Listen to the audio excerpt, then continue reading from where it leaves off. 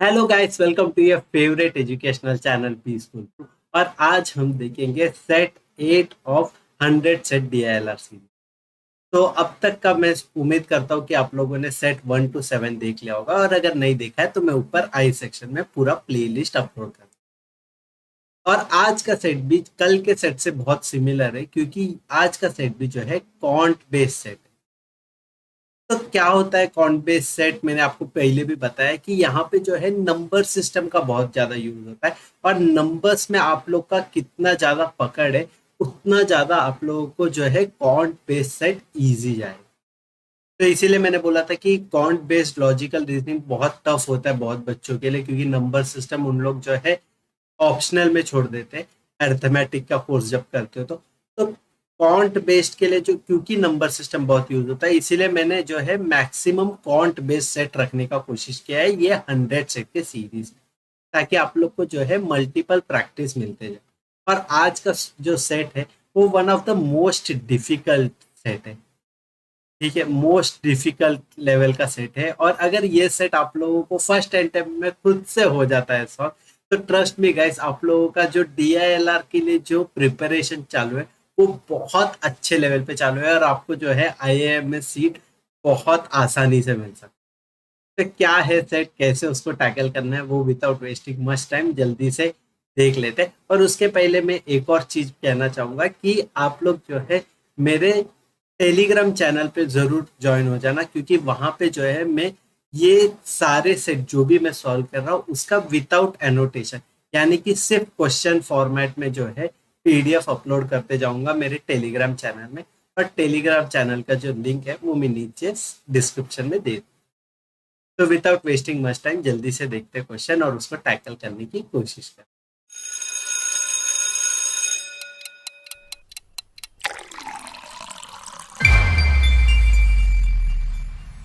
तो पढ़ते सेट में क्या दिया करके।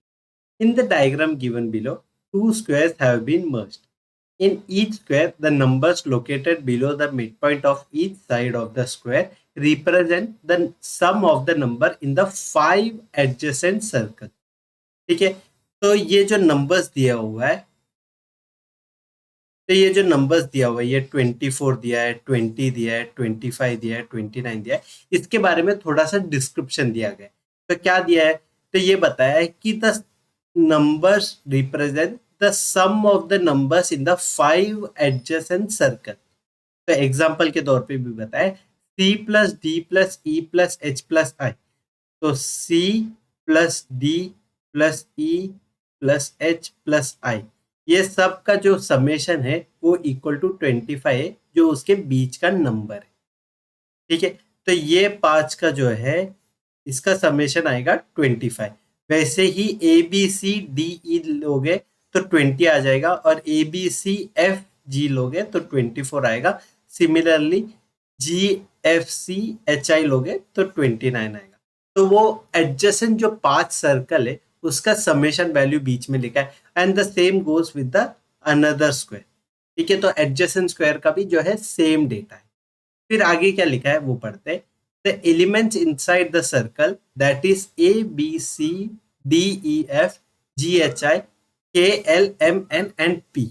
तो ये सारे लेटर्स दिया हुआ है, ये सारे लेटर्स जो है वैल्यू ले सकते हैं फ्रॉम 1 to 9। ठीक है, तो फ्रॉम 1 to 9 के बीच में ही ये वैल्यू आएगा। तो रिपीट हो सकता है, यानी कि जो C है उसका भी वैल्यू अगर समझो 3 आया, तो K का वैल्यू भी 3 आ सकता है, क्योंकि जो नंबर्स है वो टोटल कितना है, 3 + 3 = 6, +3 = 9, 10 11 12 13 और 14। 14 लेटर्स है अपने पास, और अपने पास नंबर जो है 1 to 9 है, और दोनों इंक्लूडिंग है, तो टोटल 9 नंबर्स है अपने। ठीक है, तो 14 लेटर्स है, 9 नंबर्स है, तो कोई ना कोई नंबर जो है रिपीट हो जाएगा। यहाँ तक सब समझ में आया। अभी आगे पर, अभी आगे क्या दिया हुआ है, in each square the number in the circle can only be 1 to 9 with no repeat. मतलब अगर एक स्क्वायर का आप कंसिडरेशन करोगे, मतलब सिर्फ ये फर्स्ट वाला स्क्वायर में देख रहा हूं, तो ABCDEFGHI, तो ये 9 लेटर हुआ, ABCDEFGHI। ये 9 लेटर में 1 से 9 रहेगा और उसमें कोई भी रिपीट नहीं हो सकता। लेकिन जब एडजेसेंट स्क्वायर लोगे उसमें भी 1 से 9 ही नंबर रहेगा। तो तब हो सकता है कि ये दोनों स्क्वायर में जब आप लोग कोई भी एक लेटर को कंपेयर करोगे तब हो सकता है रिपीट हो सकता है करके। लेकिन जब एक इंडिविजुअल स्क्वायर देखोगे आप लोग तब कोई भी नंबर जो है रिपीट नहीं होगा। उम्मीद करता हूँ यहाँ तक सारा चीज समझ में आएगा। अभी आगे एडिशनल इंफॉर्मेशन दिया है, तो एडिशनल इंफॉर्मेशन अपने पास 3 है। तो क्या है देखते हैं स्टेप बाय स्टेप। तो फर्स्ट क्या दिया है, H is not a prime number. तो लेटर एच जो है यहाँ पे ये एक प्राइम नंबर नहीं है पता है। तो प्राइम नंबर नहीं है तो कंपोजिट नंबर है। तो कंपोजिट नंबर क्या होता है, तो यहाँ पे आएगा 1 आएगा, फिर उसके बाद नहीं मतलब H is not a prime number दिया है तो सिर्फ प्राइम नंबर नहीं है ऐसा बताया। तो हो सकता है वो कंपोजिट नंबर हो भी सकता है या नाइदर प्राइम नॉर कंपोजिट वाला नंबर भी हो सकता है जो 1 है। तो एच के पास अपने पास ऑप्शन क्या क्या आएगा, 1 रहेगा, फिर 2 प्राइम होने के कारण 2 नहीं आएगा, 3 भी प्राइम है तो नहीं आएगा, तो 4 रहेगा, फिर 5 नहीं आ सकता क्योंकि 5 भी प्राइम है, फिर उसके बाद 6 रहेगा, 7 नहीं आएगा, 8 रहेगा और 9 रहेगा। ठीक है, तो एच के पास इतना पॉसिबल आउटकम है, अपने पास टोटल 5 आउटकम है। अब सेकेंड पॉइंट में दिया है the value of E is an even number greater than 2। तो ई का क्या वैल्यू रहेगा, ई विल बी ग्रेटर देन 2 बताए। तो ई कैन बिलोंग टू ईदर 4, 6 और 8। ये 3 ऑप्शन में से एक होगा क्योंकि अपने पास नंबर है 1 to 9 तक और ई जो लेटर है वो एक इवन नंबर है, इवन नंबर ग्रेटर देन 2। तो अपने पास ऑप्शन बचता है 4, 6 और 8। तो यहाँ तक सेकेंड पॉइंट कंप्लीट हो गया। अभी आगे का पढ़ते क्या, F and G are odd number. तो एफ एंड जी के बारे में डिटेल्स दिया है कि ये दो नंबर जो है वो ऑड नंबर है। तो ये डेटा एज सच अभी के लिए तो यूजफुल नहीं है लेकिन वो उसका बहुत ज्यादा इंपॉर्टेंस आ सकता है, वरना तो कोई भी कैट में कोई भी डेटा जो रहता है वो इररेलेवेंट नहीं रहता है, सब बहुत ज्यादा यूज होता है। अभी थर्ड पॉइंट पढ़ते हैं। तो थर्ड पॉइंट क्या दिया है, the value of A B and C can never be odd और even together, that is A B and C cannot have the same parity. तो इसका ये मतलब होता है कि ए बी और सी ये तीनों कभी सेम नहीं हो सकता, यानी कि सेम इस सेंस में या तो तीनों ऑड नहीं हो सकते या तीनों इवन नहीं हो सकते। तो इनमें जो है एक मिक्सचर रहेगा, ऑड इवन का एक मिक्सचर रहेगा। तो कोई भी सेम हो सकता है लेकिन जो है तीनों सेम नहीं हो सकता। तो ये है थर्ड पॉइंट का मतलब। तो उम्मीद करता हूँ कि आप लोग को क्वेश्चन का जो ब्रीफिंग है वो समझ में आया अच्छे। अभी अपने पास यहाँ पे जो है टोटल 5 क्वेश्चन है, तो वीडियो का लेंथ थोड़ा हो सकता है थोड़ा एक्सटेंड हो जाएगा, लेकिन यहाँ पे 5 क्वेश्चन है तो जल्दी से देखते हैं कि क्या क्या दिया हुआ है क्वेश्चन में।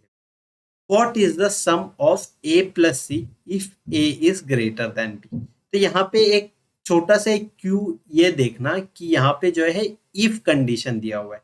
तो इफ कंडीशन में क्या दिया, ए इज ग्रेटर देन बी। तो हो सकता है मल्टीपल केसेस बन जाएगा ये वाले क्वेश्चन के लिए। अभी नेक्स्ट क्वेश्चन पढ़ते हैं। नेक्स्ट क्वेश्चन में क्या दिया है, what is D multiplied by E plus H. तो क्योंकि ये पूरा पांचों क्वेश्चन में कोई भी आपको ऑप्शन नहीं दिख रहा है तो ये सब जो है टीटा क्वेश्चन है।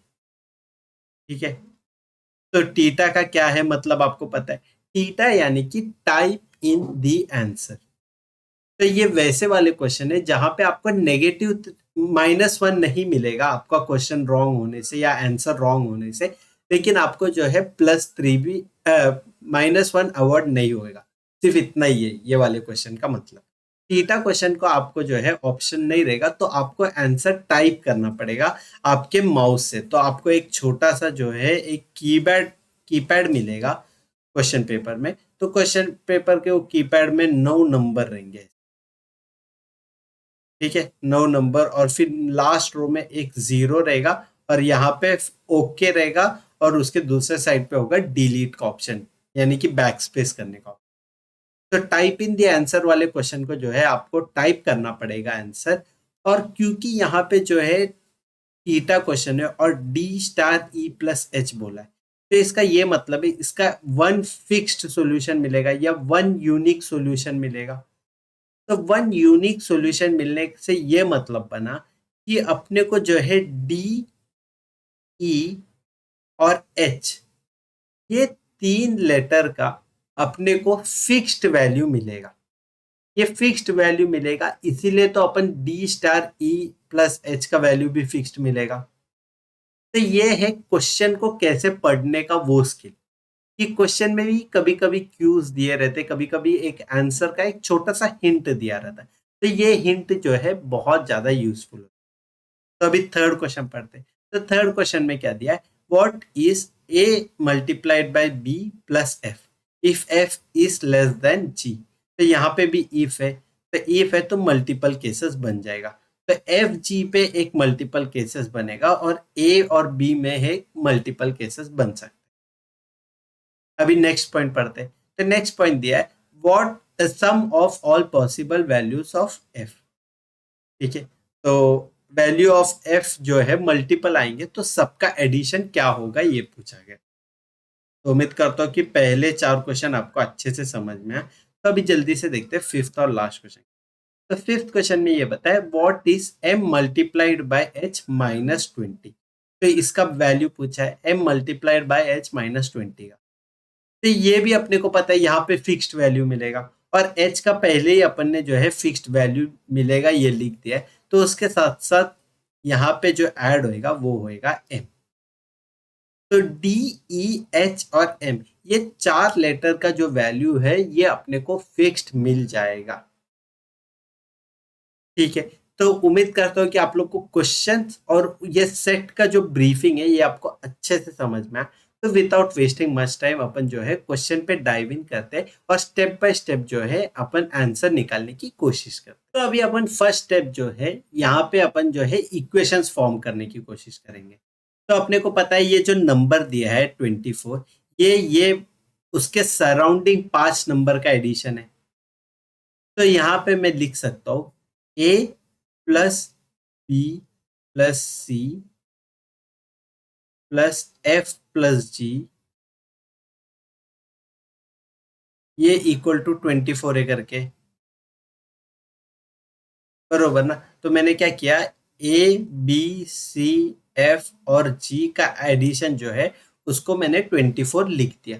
तो वैसे ही दूसरे का हो जाएगा, ए बी सी डी ई का 20 हो जाएगा और जी एफ सी एच आई का 29 हो जाएगा और सी डी ई एच आई का जो है 25 होगा। तो वह जल्दी से लिख देता हूँ ताकि अपना जो है इक्वेशन जल्दी से बन जाए। तो ये रहा अपना स्क्वायर वन का इक्वेशन। वैसे ही अपने को स्क्वायर टू का बनाना पड़ेगा, तो मैं जल्दी से वो जॉट डाउन कर देता हूँ।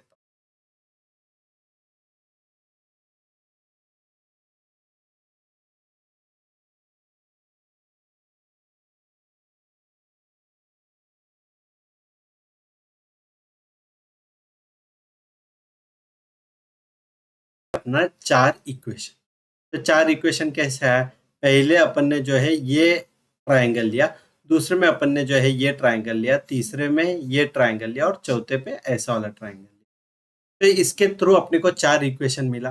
तो यहाँ पे जो सेकेंड स्क्वायर है उस पर ये एक चीज ध्यान देना कि ये जो कॉर्नर के दो सर्कल है, तो यहाँ पे अपने को पहले ही वैल्यू दिया है। तो फर्स्ट वाला जो वैल्यू है वो 9 है और सेकेंड वाला जो वैल्यू है वो 7 है। तो यहाँ पे भी मैंने सेम रेप्लिकेट किया है, यहाँ पे मैंने 9 लिखा है और यहाँ पे भी जो है 9 7 और इधर भी 7 लिख दिया।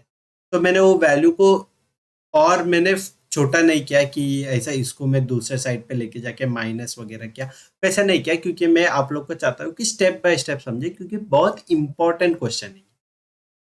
ठीक है, तो यहाँ तक सब समझ में आया, उम्मीद कर रहा हूँ कि ये चार इक्वेशन लिख लिया अपन।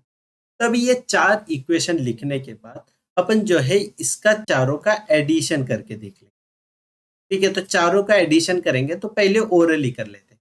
तो ए कितने बार है, ए 2 बार है, बी कितने बार है, बी भी 2 बार है, सी कितने बार है, सी 4 बार है। ठीक है, तो 2 ब्रैकेट करके जो है मैं ए एक बार लिख दूंगा, बी एक बार लिख दूंगा और सी को भी मैं लिख देता हूँ, क्योंकि मेरे को पता है और 2 सी है तो मैंने +2 सी लिख दिया। तो टोटल 4 सी है, तो यहाँ पे 2 सी हो जाएगा और यहाँ पे एडिशनल जो ब्रैकेट के बाहर रहेगा वहां पे भी मैं 2 सी ऐड कर दूंगा। तो सी हो गया। फिर डी जो है, डी कितना है, डी भी 2 है। ई कितना है, ई भी जो है 2 है। एफ भी बार आ रहा है। जी भी 2 बार आ रहा है। एच भी 2 बार आ रहा है। आई भी 2 बार आ रहा है। तो यहाँ पे मैं लिख सकता हूँ A B C D E F H I. ठीक है, F G H I, F भी आएगा, जी भी आएगा, एच भी आएगा और आई भी आएगा। तो ये सारे नंबर्स आएंगे और इसके अलावा जो ब्रैकेट के बाहर आ जाएगा वो 2 सी एक्स्ट्रा हो जाएगा। अभी ये सबको ऐड भी कर लेते हो। ये सबको ऐड करने पे कितना आएगा, ये पूरा इक्वल टू हो जाएगा 2 + 2 4, 4 + 2 6, 6 + 2 8, 80 प्लस 80 प्लस 9, 9 प्लस 4 13 प्लस 5 18। तो 80 प्लस 18 हो जाएगा। तो ये पूरे का एडिशन का वैल्यू आ जाएगा 98। तो अपना जो फर्स्ट ये 4 इक्वेशन है उसको ऐड किया अपन, तो अपने को क्या पता चला, 2 in bracket A plus B plus C plus D plus E plus F plus G plus H plus I, ये पूरा एक ब्रैकेट में आएगा और दूसरे ब्रैकेट में हो जाएगा 2 सी। तो ये पूरे का एडिशन का वैल्यू हो जाएगा 90। अभी अपने को पता है ए बी सी, ठीक है, मैं यहाँ पे मार्क कर रहा हूँ, A B C D E F G H I, ये सारा कहाँ से कहाँ तक वैल्यू लेगा, ये सारा लेगा वैल्यू 1 to 9। ठीक है, ये 1 to 9 वैल्यू लेगा और कोई भी नंबर जो है रिपीट नहीं होगा। मैंने बोला था क्वेश्चन में दिया हुआ है कि इनसाइड 1 स्क्वायर कोई भी नंबर जो है रिपीट नहीं होगा। तो ये सारा जो बबल है या सारा जो लेटर है इसका सारा एडिशन क्या होएगा, 1 + 2 + 3 + dot dot dot up to 9 होएगा। बरोबर ना, ये सारे नंबर का एडिशन 1 + 2 + 3 ऐसा जाते जाते 9 तक होगा। तो ये इसका वैल्यू जो होता है, इसका वैल्यू क्लियर कट अपने को पता है जो होता है 45 है। अगर आप लोग को भरोसा नहीं है तो एक बार क्रॉस चेक कर लेना, लेकिन मैं प्रीटी श्योर हूँ कि इसका वैल्यू जो है 45 ही आता है। तो इसका वैल्यू 45 आता है, तो मेरा फर्स्ट जो ब्रैकेट है उसका वैल्यू 45 हो गया। तो 2 इंटू 45 हो जाएगा 90। तो 90 plus 2c will give us 98। तो 90 प्लस 2c 98 हो जाएगा। तो 2c का वैल्यू कितना हो जाएगा, 2c का वैल्यू हो जाएगा 8। तो c का वैल्यू हो जाएगा 4। ठीक है, यहां तक सब समझ में आए कि c का वैल्यू कैसे निकाला करके। तो c का वैल्यू 4 हो जाता है। तो मैं यहाँ पे जो है इरेजर ले लेता हूँ और मैं ये अपना जो टेबल है, टेबल का सारा वैल्यू जो है रब कर देता हूँ और सिर्फ जो है c का वैल्यू 4 लिख देता हूँ।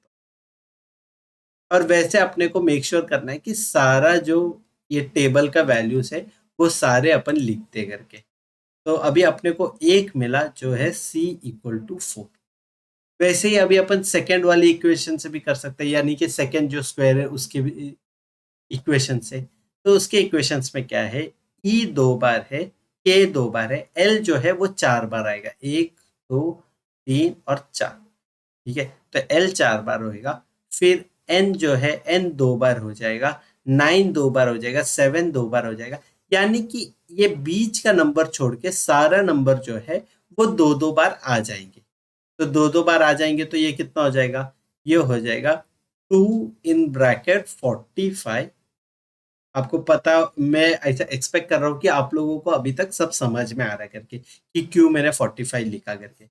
तो 2 in bracket 45 plus 12, 2 times L, 12 नहीं, 2 times L will be equal to ये चारों नंबर का एडिशन। तो ये चारों नंबर का एडिशन कितना होता है वो देख लेते हैं। तो 2 + 2 4, 4 + 2 6, 6 + 1 7। तो 70 प्लस 7 + 8 + 9। तो 7 + 8 + 9 क्या होगा, 3 times 8 which will be equal to 24। तो ये सबका वैल्यू हो जाएगा 94 और ये अपने को पता है 90 होएगा करके। तो 2 times of L will be equal to 94 - 90 तो L will be equal to 2 times L will be equal to 4 और L will be equal to 2। ठीक है, तो मैं उम्मीद करता हूँ कि यहाँ तक सब समझ में आया है और काफ़ी सिंपल भी था यहाँ तक। तो मैं ये वाले वैल्यू भी टेबल पे लिख देता हूँ कि L का जो वैल्यू है वो आया अपने को 2 करके। तो अभी देखते हैं कि क्या अभी अपन कैसे इन्फर कर सकते हैं या फिर कैसे टैकल कर सकते हैं नेक्स्ट स्टेप के।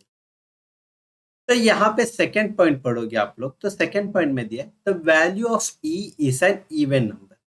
तो ई जो है इवन नंबर है, तो मैं यहाँ पे एक छोटा सा ई लिख देता हूँ। तो ई जो है इवन नंबर ग्रेटर देन 2 है, तो ग्रेटर देन 2 जो है वो सिर्फ दिमाग में रखते हैं, अभी ऐसे उसको कोई भी नोटेशन या फिर कैसे भी रिप्रेजेंट नहीं करते। और आगे क्या दिया, F and G are odd number. तो F and G odd number है, तो यहाँ पे जो है मैं दोनों को ओ ओ करके लिख देता हूँ। अभी अपने को पता है A plus B plus C plus F plus G जो है ये 24 होता है करके, और 24 जो है वो है इवन नंबर। तो अभी ये दोनों का एडिशन क्या होगा, ऑड प्लस ऑड। मैं यहाँ पे लिख देता हूँ ऑड प्लस ऑड जब भी करते हैं तो ये हमेशा एक इवन नंबर देगा, बरोबर ना। 1 + 3 देख लो, तो 1 + 3 जो है वो इक्वल टू 4 हो जाएगा which is an even number. तो इवन प्लस इवन भी इवन दे देता है, लेकिन ऑड प्लस इवन रहेगा कभी भी। तो ऑड प्लस इवन हमेशा जो है ऑड नंबर देगा। तो अभी यहाँ पे अपने को जो है इवन नंबर चाहिए, तो ऑड प्लस ऑड जो होगा ये इन दोनों का एडिशन से हो जाएगा इवन। और ये सी का वैल्यू तो 4 है which is already an even number. तो यहाँ पे जो है ये 3 नंबर जो है, ये 3 नंबर का एडिशन आप लोग को एक इवन नंबर ही देगा। अभी बचे ए और बी। अभी ए और बी क्या हो सकता है, ए और बी ऑड भी हो सकते हैं या इवन भी हो सकता है। Just we have to make sure कि दोनों सेम रहेंगे, या तो अगर ए ऑड है तो बी को भी ऑड रहना पड़ेगा, अगर ए इवन है तो बी को भी इवन रहना पड़ेगा। तो जब ऐसा रहेगा कि दोनों सेम पैरिटी के, तो उन दोनों का addition will always give an even number. लेकिन यहाँ पे एक इंटरेस्टिंग सा डिटेल दिया हुआ है कि ए बी एंड सी जो है ये सेम पैरिटी के नहीं ही है। तो ये तीनों सेम पैरिटी के कभी नहीं हो सकते। पर अपने को सी पहले से ही जो है इवन है पता चल गया, तो ए और बी जो है ये दोनों हो जाएंगे ऑड। यहाँ तक सब समझ में आ रहा है। मैं समझता हूँ कि ये वाला जो क्वेश्चन है, ये वाला जो सेट है वो थोड़ा हेवियर साइड पे, और ये मैं इनिशियली इसीलिए लिया क्योंकि आप लोग का जो कॉन्ट बेस्ड लॉजिकल रीजनिंग का जो भी सेट होता है उसमें आप लोग को एक बहुत अच्छा होल्ड होना चाहिए। तो इसीलिए मैं जो है ये वाला इतना हेवी वाला सेट इतने इनिशियल स्टेज में लिया। तो यहाँ पे ये दो ऑड हो जाएगा और ये दो ऑड हो गया। अभी उसके बाद बचे हुए नंबर्स देख लेते हैं। तो अभी ये दो ऑड है which will add up to give a even number, और ये जो सी है which is already a even number, तो ये दो भी, ये पूरा साइड फिर से अभी इवन हो गया, बरोबर ना। ए बी सी जो है इवन हो गया। अभी बचा क्या है, डी और ई।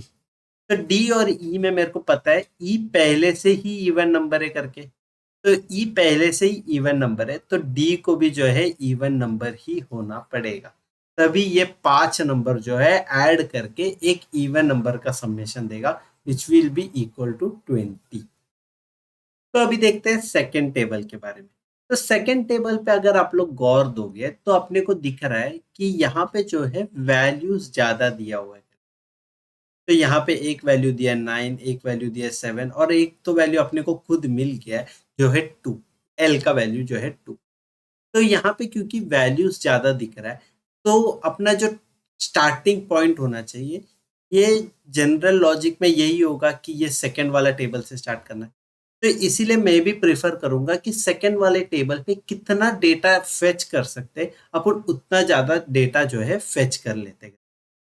सेकंड वाले डेटा में मैं इसीलिए ऑड और इवन का नहीं फोकस किया क्योंकि अपने को उसमें कुछ डेटा दिया ही नहीं है। यहाँ पे कैसे बताया था, ए बी सी का पैरिटी के बारे में गिवन था, ई के डेटा, ई का जो इवन नंबर है कि ऑड नंबर है वो बताया था, एफ और जी का भी अपने को जो है थोड़ा सा आइडिया दिया था कि वो जो है ऑड नंबर है करके। तो क्योंकि अपने को फर्स्ट जो स्क्वायर है उसमें से ज्यादा ऑड या इवन का डेटा मिल रहा था, तो मैंने वो पूरा यूटिलाइज कर दिया।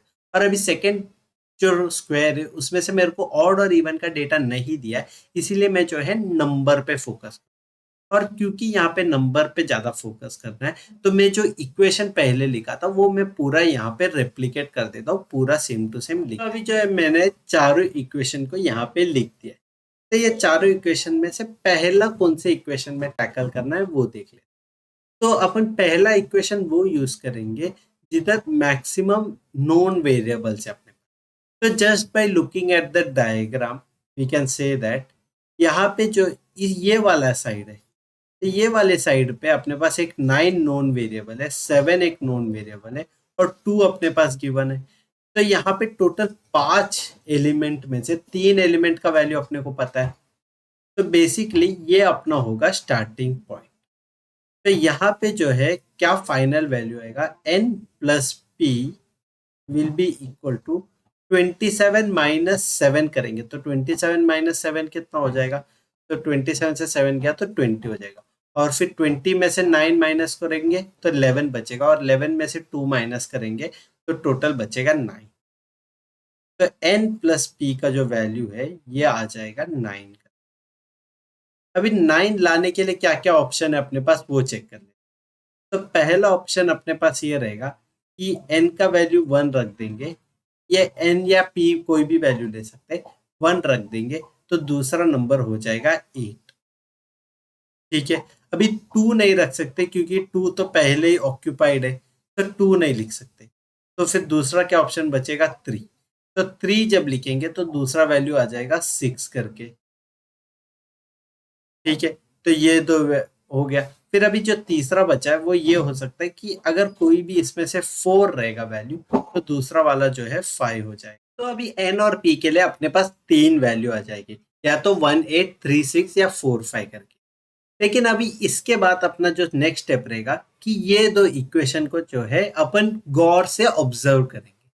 तो इसमें क्या पता चलेगा अपने को कि n plus P equal to 9 plus 7 16 और l ये वैल्यू पहले निकाला था और ये वाले इक्वेशन से ही 9 आया था अपने।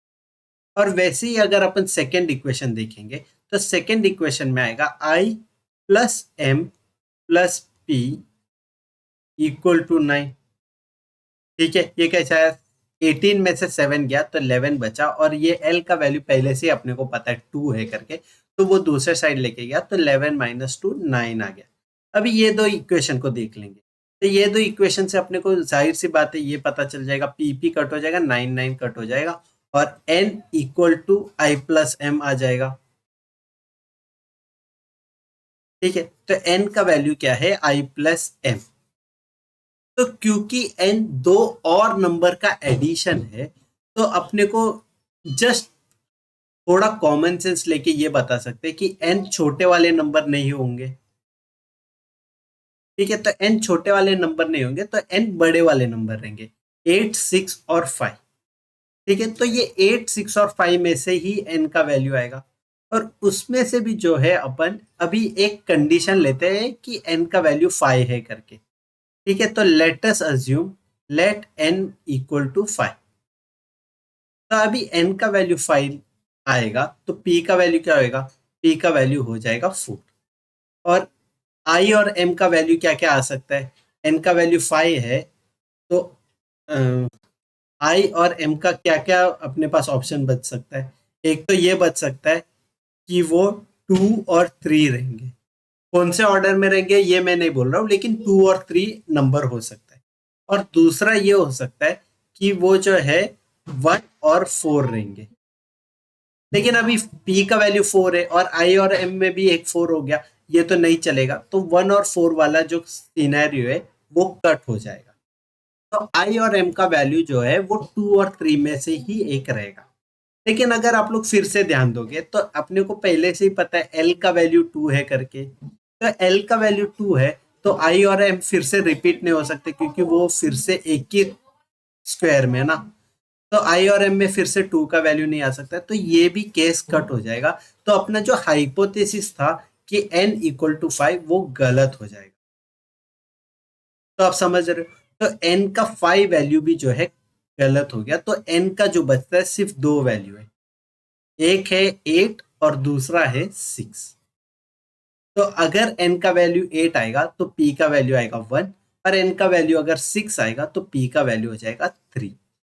तो ये ही एक केस बचता है अपने पास n और p के। अभी इसके बाद क्या करेंगे, अभी ये सेकेंड वाले इक्वेशन देख लेते हैं। तो अभी ये सेकेंड वाले इक्वेशन में क्या दिया, e प्लस के प्लस एल का वैल्यू तो अपने को पहले से ही पता है, तो उसका टेंशन नहीं। और i और m, ये ही मेरे लिए एक बहुत इंटरेस्टिंग सा दो एलिमेंट है, क्योंकि i और m अपने को पता है n है करके। तो ये वाले जो पूरा स्टेटमेंट है या इक्वेशन है उसको मैं चेंज कर सकता हूँ। तो e, k और n, ये तीन नंबर का एडिशन से क्या आएगा, 20 माइनस एल, एल का वैल्यू 2 है, तो ये विल बी इक्वल टू 18। अभी नेक्स्ट क्या करेंगे कि ये जो n का वैल्यू है 8 और 6, वो यहाँ पे अपन जो है सब्स्टिट्यूट करके देखेंगे, और e और k का जो आंसर है वो क्या क्या आ सकता है वो चेक करते जाएंगे। तो अभी दो केस ले लेते हैं कि फर्स्ट केस है n इक्वल टू 8 और दूसरा केस है n इक्वल टू जो है 6। तो n का वैल्यू 8 आएगा तो क्या होएगा, e प्लस के का वैल्यू क्या होएगा, 18 माइनस 8 हो जाएगा, तो e प्लस के का वैल्यू हो जाएगा 10। और दूसरे वाले केस से हो जाएगा e प्लस के का वैल्यू इक्वल टू 12। अभी 10 दो नंबर का एडिशन चाहिए, तो वो कौन से दो नंबर रहेंगे, तो e कॉमा के जो है ये या तो हो सकते हैं 4,6,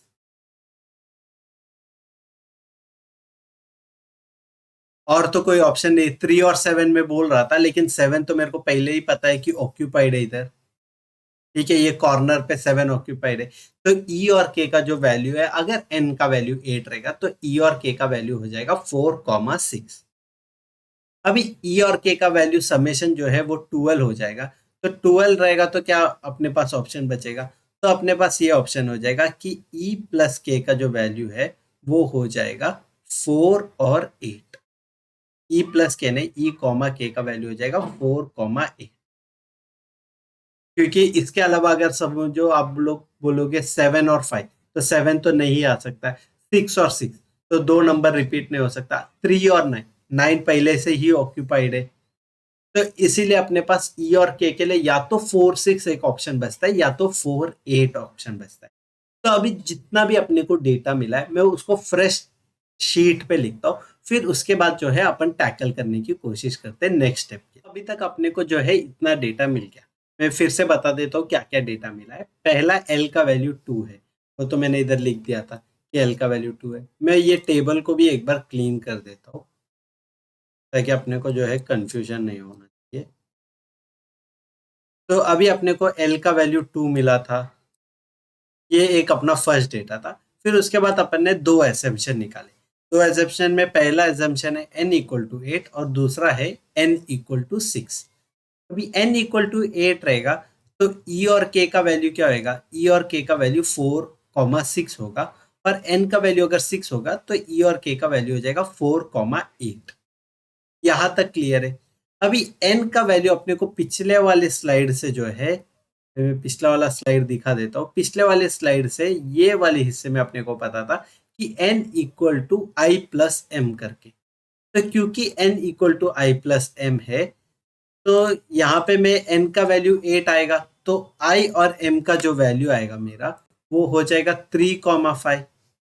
3,5 के साथ साथ अगर आप लोग बोलेंगे 4,4, तो 4,4 तो नॉट पॉसिबल क्योंकि रिपीट हो रहा है। और 2,6 बोलोगे, तो अगर 2,6 बोलोगे तो मैं ये बोलूंगा कि 2 तो पहले ही यूज्ड अप है, तो ये भी जो है नहीं आ पाएगा।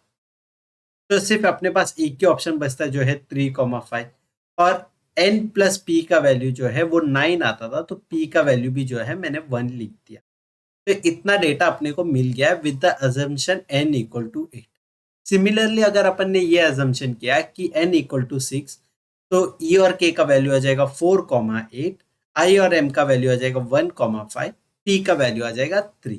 तो यहाँ तक अपने को पूरा डेटा मिल गया। अभी जब e के दोनों तरफ देखूंगा तो मेरे को पता है 4 एक नंबर है जो दोनों तरफ रिपीट हो रहा है, तो दोनों तरफ 4 आ रहा है, तो मैं या तो ई को 4 दे सकता हूँ या के को 4 दे सकता हूँ, फिक्स्ड वैल्यू। और मैं अगर ये फर्स्ट वाला टेबल देखूंगा तो सी पे मेरे को पहले ही पता है वैल्यू है 4, और सी और ई एक ही टेबल में आएगा, तो ई का वैल्यू कभी भी 4 नहीं हो सकता। तो ई का वैल्यू 4 नहीं हो सकता है, तो के का वैल्यू हो जाएगा 4। बरोबर, यहां तक समझ में है। तो ये के का वैल्यू हो जाएगा 4। तो अभी अपने को तीसरा एक नंबर मिल गया है जो है के, जिसका वैल्यू आ जाएगा 4। और अभी आप लोग और अच्छे से देखोगे तो आई और एम का वैल्यू जो है हमेशा अपने को दिख रहा है ऑड है करके। आई और एम या तो 3 5 होगा या 1 5 होगा।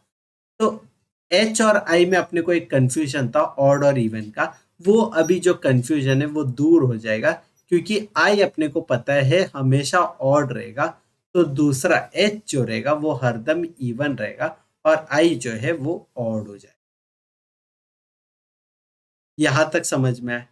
और ये ई का वैल्यू जो है वो इवन है, तो ई का वैल्यू जो है इधर वो हो जाएगा 6 या तो हो जाएगा 8। इधर तक अपने को जो है डेटा मिल गया है। बरोबर। तो अभी ये 6 और 8 का जो आंसर है वो इधर भी यूज हो जाएगा पी में। तो अगर ई का वैल्यू 6 आ जाएगा तो पी का वैल्यू हो जाएगा 1। अगर ई का वैल्यू 8 यूज करेंगे अपन तो पी का वैल्यू हो जाएगा 3। तो ये डेटा भी अपने को मिल गया। तो अभी एम और एन के बीच में, एन का भी दो अपने पास वैल्यू है, तो एन का क्या दो दो वैल्यू है अपने पास। अगर यहाँ पे ई का वैल्यू 6 हो जाता है तो एन का वैल्यू 8 हो जाएगा, और ई का वैल्यू अगर 8 रहेगा तो एन का वैल्यू हो जाएगा 6। ठीक है, तो वो इंटरचेंजेबल है। तो ई 6 8 होगा तो एन 8 6 हो जाएगा, ऐसा उल्टा हो जाएगा। तो अभी अपने पास कहाँ तक का वैल्यू हो गया, 1 हो गया, 2 हो गया, 3, थोड़े ही नंबर बचे हुए, एक तो 3 5 और 1 5, ये जो है दो मेजर है।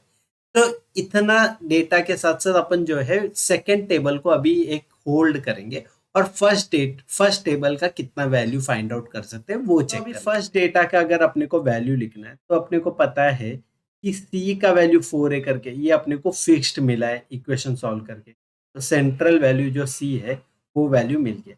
अभी ए और बी जो है, ए और बी है, मैं वो लिख दूंगा ऑड नंबर है, क्योंकि यहाँ पे मैंने आपको बताया था वो ऑड होने वाला है। तो अभी ए बी ऑड है, फिर उसके बाद मैं जो है यहाँ पे सारा वैल्यूज लिख दूंगा जो अपन ने पहले फाइंड आउट किया। तो ई का वैल्यू जो है इवन है।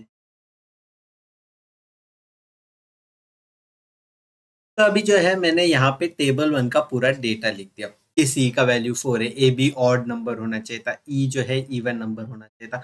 वैसा पूरा डेटा जो है मैंने लिख दिया। तो अभी इसके बाद क्या है, इसके बाद अपन ये दो देखते हैं, ये वाला साइड। ठीक है, तो अभी ये वाले साइड में देखोगे तो अपने को ये पता चल रहा है 24 is equal to A plus B plus C plus F plus G, और सी का वैल्यू 4 है करके। तो ए बी और एफ जी मिला के कितना देना चाहिए, 20।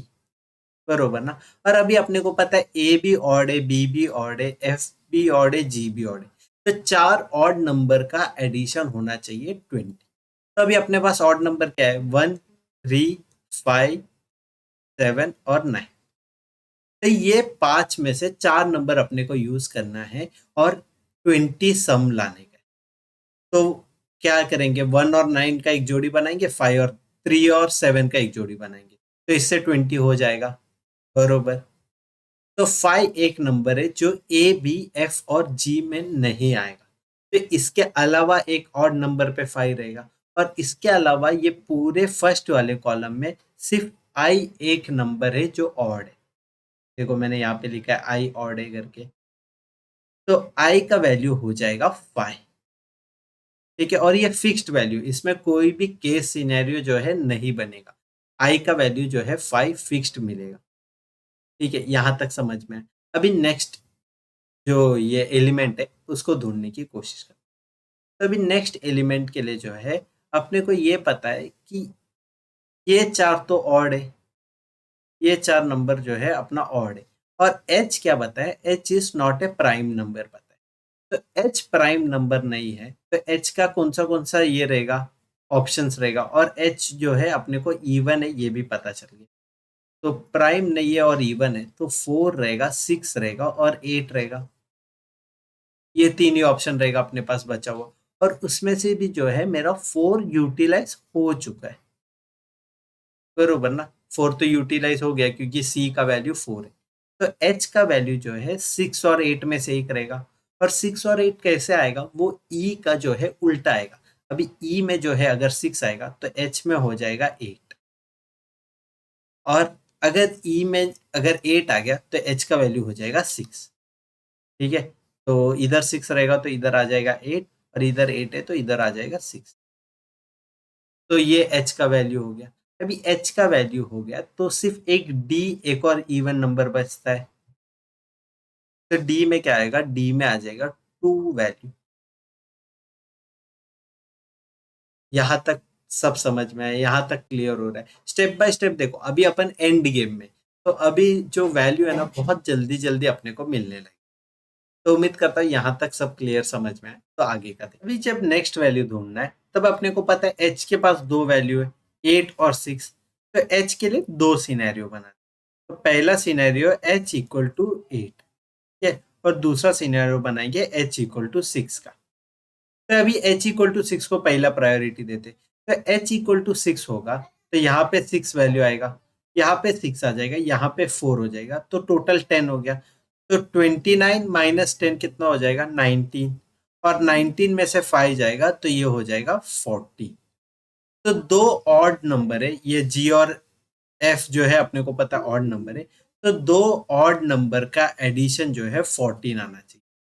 तो ऐसे दो ऑड नंबर कौन से होंगे, या तो 9 और 5 हो सकता है, या तो दूसरा जो है 7 और 7 हो सकता है। तो अभी 7 और 7 तो हो नहीं सकता क्योंकि रिपीटेटिव नंबर्स हो रहे हैं, तो 7 और 7 ऑप्शन में ही है। तो अभी अपने पास बचा सिर्फ 9 और 5। उसमें भी अपने को पता है एक तो 5 पहले से ही ऑक्यूपाइड हो चुका है, तो एक 5 यूज हो गया, तो अपने पास 5 और बचे ही नहीं है। तो ये वाला ऑप्शन भी अपना जो है कट हो जाएगा। तो 14 जो अजम्पशन है वो अपना गलत हो जाएगा। तो 14 गलत हो गया, तो ये पूरा मैं रब कर दूंगा। और यहाँ पे जो है 8 और 6 में से जो ऑप्शन था उसमें से सिर्फ अपना बचेगा 8। ठीक है, तो 6 वाला जो ऑप्शन है वो कट हो जाएगा। तो यहाँ पे 8 आया, तो यहाँ पे 8 नहीं आ सकता, तो 8 कट होके जो है 6 बचा। और यहाँ पे 6 आया, तो यहाँ पे 6 नहीं आएगा, तो 8 आ जाएगा। तो यहाँ पे 8 आया तो यहाँ पे 1 आ जाएगा। तो देखो अभी एक वैल्यू के साथ देखो कैसा वो एक चेन रिएक्शन में, एच मिला तो ई मिल गया, ई मिल गया तो एन मिल गया, एन मिला तो पी मिल गया। अभी जब पी मिला तभी अपने को पता है एम जो है, एम भी एक ऑड नंबर है। ठीक है, तो 7 प्लस 1 8, 8 प्लस 2 10, 10 18 में से गया तो बचा कितना, 8 बचा।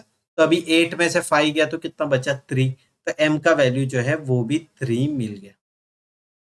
तो अभी अपने को जो है ऑलमोस्ट सारा वैल्यू मिल गया, सिर्फ ए बी का वैल्यू नहीं मिला है और एफ जी का वैल्यू नहीं मिला है। बाकी सारा वैल्यू जो है अपने को मिल गया। ठीक है, यहाँ तक सब क्लियर समझ में आया। तो मैं जो है ये पूरा जो टेबल है सब कट करके एक अच्छी तरीके से सारा नंबर लिखा है, मैंने सारा वैल्यू अच्छे से लिखा है। उसके बाद अभी जो अपना ए बी और एफ और जी बचा है, तो अभी ए बी और एफ और जी के लिए कौन से नंबर बचे, 1 3 7 और 9, बरोबर, ये चार नंबर बचे हुए।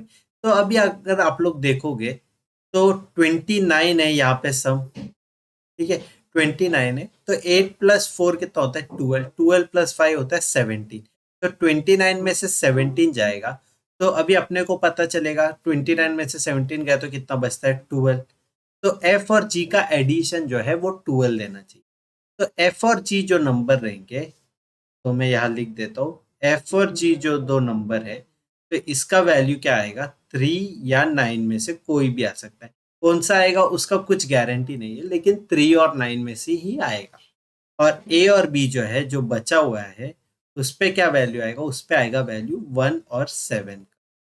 कौन सा आएगा फिक्स ये अभी भी नहीं मालूम, लेकिन इन दोनों में से ही कोई वैल्यू आएगा। तो अभी इतना पूरा डेटा अपने को मिल गया है।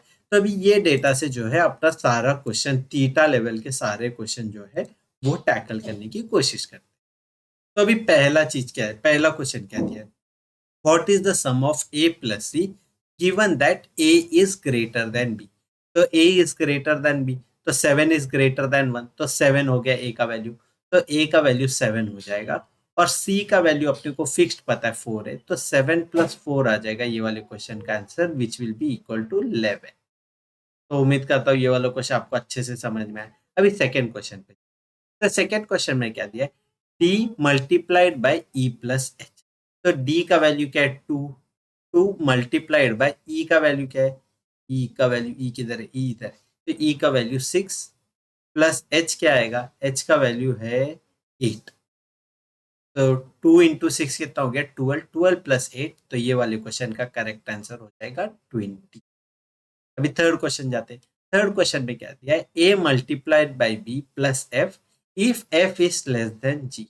तो F is less than G, तो एफ का क्या वैल्यू रहेगा, 3 रहेगा वैल्यू। तो ए मल्टीप्लाइड बाई बी, तो ए मल्टीप्लाइड बाई बी या बी मल्टीप्लाइड बाई, फर्क नहीं पड़ता, 1 इंटू 7 या 7 इंटू 1, 7 ही रहेगा, प्लस 3 हो जाएगा क्योंकि एफ का वैल्यू जो है 3 आएगा यहाँ से, तो 7 प्लस 3 का वैल्यू आ जाएगा 10।